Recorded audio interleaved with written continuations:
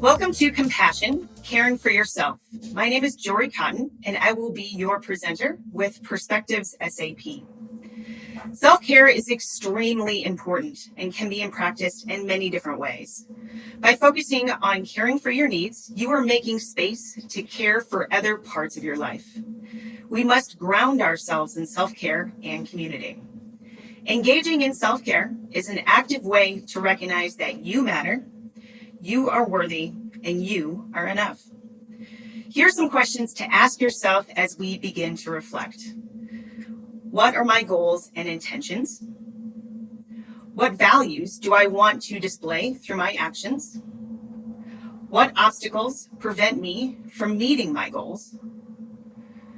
Whose definition of success have I adopted? And how does this perspective serve me in both the short and the long term? We have the following objectives for this webinar. First, you will be introduced to the wellness wheel. Next, we will break down the 7 dimensions of wellness for living a balanced and meaningful life. Next, explore strategies and practical tips within each dimension. And finally, create an action plan. Wellness is not merely the absence of illness or distress. It's a lifelong process of making decisions to live a more balanced and meaningful life.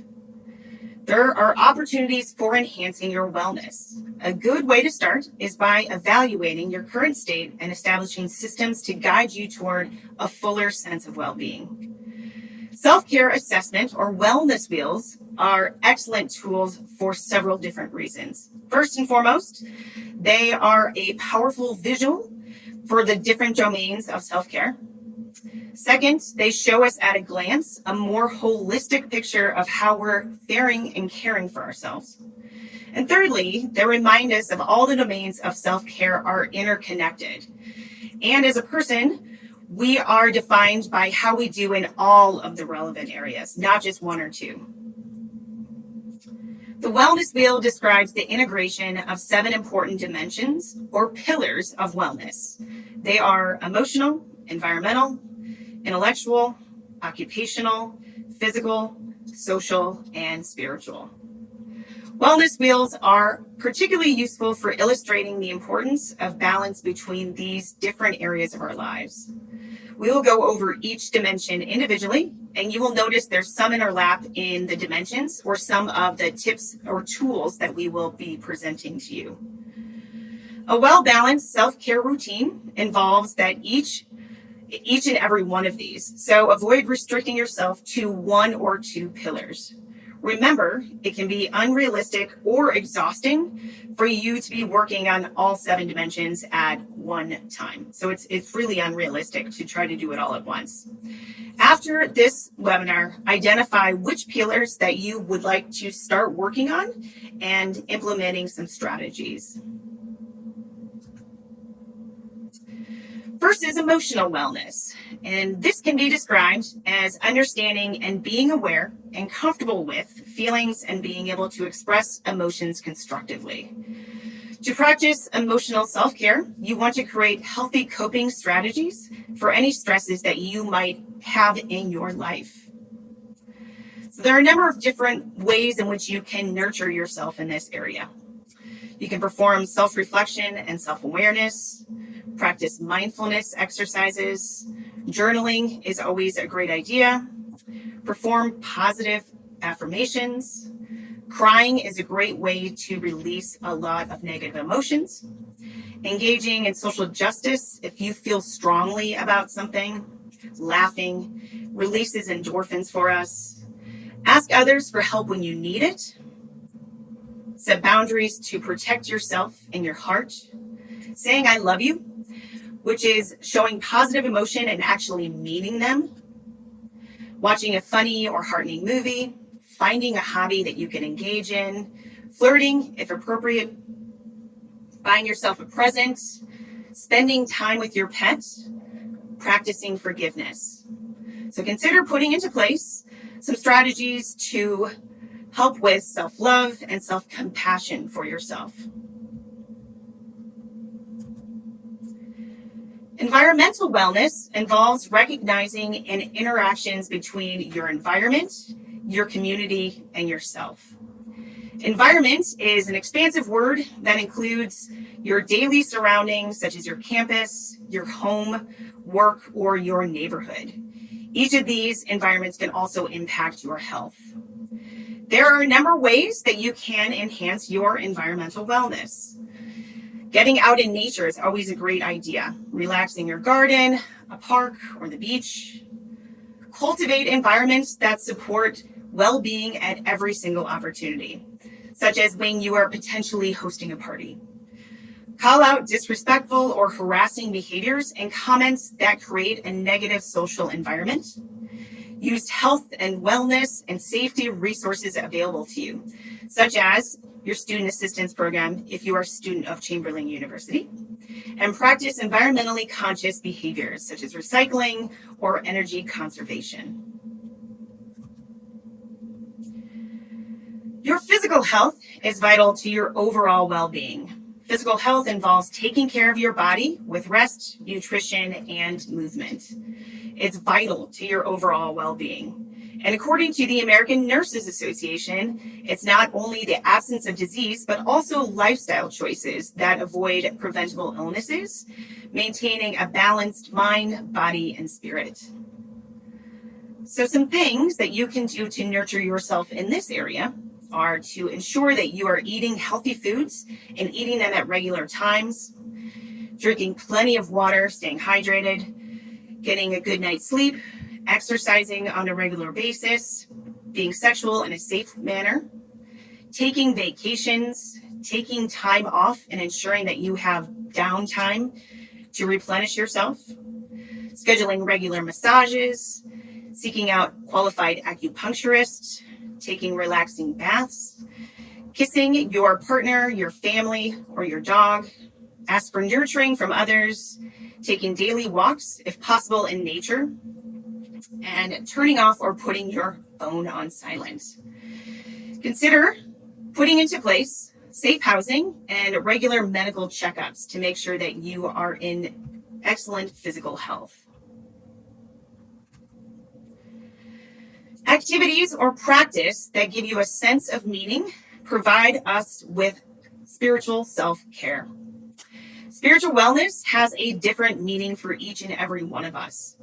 Typically, it's about having values and beliefs that provide meaning in our lives and having the opportunity and the motivation to align our behaviors with them. So some things that can be done to nurture yourself in this area: perform self-reflection, spending time in nature, self-cherishing, meditating or practicing mindfulness activities or exercises, singing and dancing, playing with children, being inspired, practicing yoga, bathing in the sea, river, or lake, watching the sunset or sunrise, praying, finding a spiritual mentor, volunteering for a cause that is close to your heart, and fostering self-forgiveness. Consider putting into place joining a spiritual community that aligns with your values and beliefs. Oftentimes we think the spiritual domain is related to religion. It can be, but it doesn't have to be for everyone. Intellectual wellness is engaging in creative and mentally stimulating activities, expanding your knowledge and imparting knowledge to others. You can develop intellectual wellness through academic pursuits, but also through cultural, artistic, or skill-based learning activities. How to support your intellectual wellness. Listen to and consider the perspectives of others to improve your critical thinking. Attend conferences, talks, and programs that increase your knowledge in various areas. Seek opportunities to learn practical skills that you or a friend might need, such as the best ways to intervene in problem situations. If you are a campus student, participate in a new activity or group on campus to stay open-minded and expand your horizons, and pursue off-campus opportunities to experience a new language or culture. Social wellness refers to the quality of relationships you have and how you interact with others. Building supportive relationships, dealing with conflict effectively, and making the time for socializing contribute to your overall wellness in this domain. So some ways that you can support your social wellness: building trust and showing support in relationships with friends, family members, and significant others. Learning how to communicate effectively with others and understand your communication style. Reflect on personal conflicts and identify areas for improvement.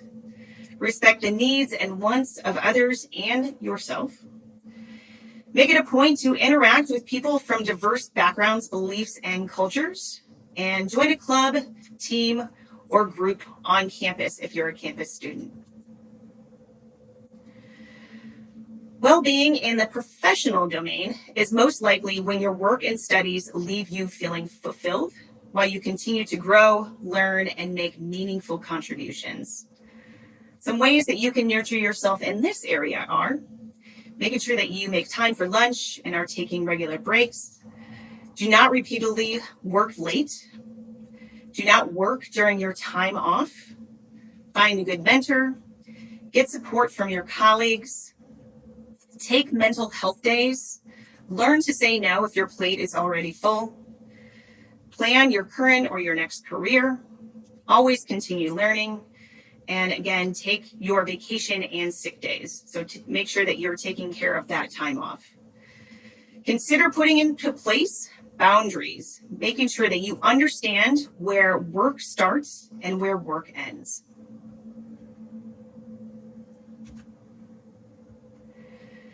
The self-care wheel is one part of a more extensive process in your journey of well-being and can be embedded in the following 3 steps. Step 1 is first we need to assess. Identify the areas that require additional attention for your self-care and are necessary for the completion of the self-care wheel. You can download a personalized blank copy of the wellness wheel that you can find easily online. And next, understand your current wellness position on that self-care wheel. Where are you now, and where is it that you want to go? The next step is to create a plan. Plan to transform those areas of your life that are currently failing or surviving into ones that are thriving. We want to identify how you can progress each aspect of your self-care and complete the activities defined in the assessment step. And you make sure that you are writing the plan down. Step 3, we want to implement. So plans don't have any value if we are not putting them into action. So we want to schedule the actions that implement your personal self-care. Commit yourself that you will perform the steps and that you are worthy of this care, and share this plan with others to gather support and encouragement from people that you care about. Here's a list of resources for further information on the wellness wheel and the dimensions of wellness. Again, we suggest that you download a printable wellness wheel to rate and track your progress as you engage in this journey. If you are currently enrolled Chamberlain student, the Student Assistance Program is available to you. And here are some key features of the SAP that I would like to highlight. This is a benefit for you as a student, your family members, and your significant others. If someone other than yourself would like to use the service, they can reach out to the SAP and tell the counselor your name, their relationship to you, and that you are a Chamberlain student, and then they have access to the services just as easily as you would. SAP counseling sessions are confidential, and this is protected by law. We are often asked, if my school is paying for this, aren't they going to learn what I'm talking about in counseling? And the answer is no. We do share some information with your university, but only in aggregate numbers. So how many people called in a given time period and what types of issues they're calling about. But there is no identifying information provided, so there is no way that the school can find out who it was that made that contact. This is also a no-cost benefit. This is a benefit paid for by Chamberlain University and is not connected to your health insurance. Counseling sessions are short-term and solution-focused. So if after assessment, it seems that you need longer-term specialized treatment, we will make a referral for you to a provider within your benefits network to ensure the cost is minimal to you. We are available 24 hours a day, 7 days a week, and 365 days a year because we understand that issues don't just arise during the workday. This service is also available to individuals all throughout the country. There are a variety of ways in which you can access the SAP. You can call or text our 800 number provided here and make an appointment for a video conference, phone conference support, or you can make in-person appointments as well. We also have wellness coaches if you are not interested in seeing a counselor. We also have an app that can be downloaded on iPhone or Android. And this QR code on the slide, you can utilize that to take you directly to download the app. And we also have a number of resources on our online portal. The username for you as a Chamberlain student is Chamberlain, and the password is Perspectives. Thank you so much for your time on behalf of myself and the team at Perspectives. We hope you can implement some of these tips and strategies that we've provided throughout Nurses Month and beyond.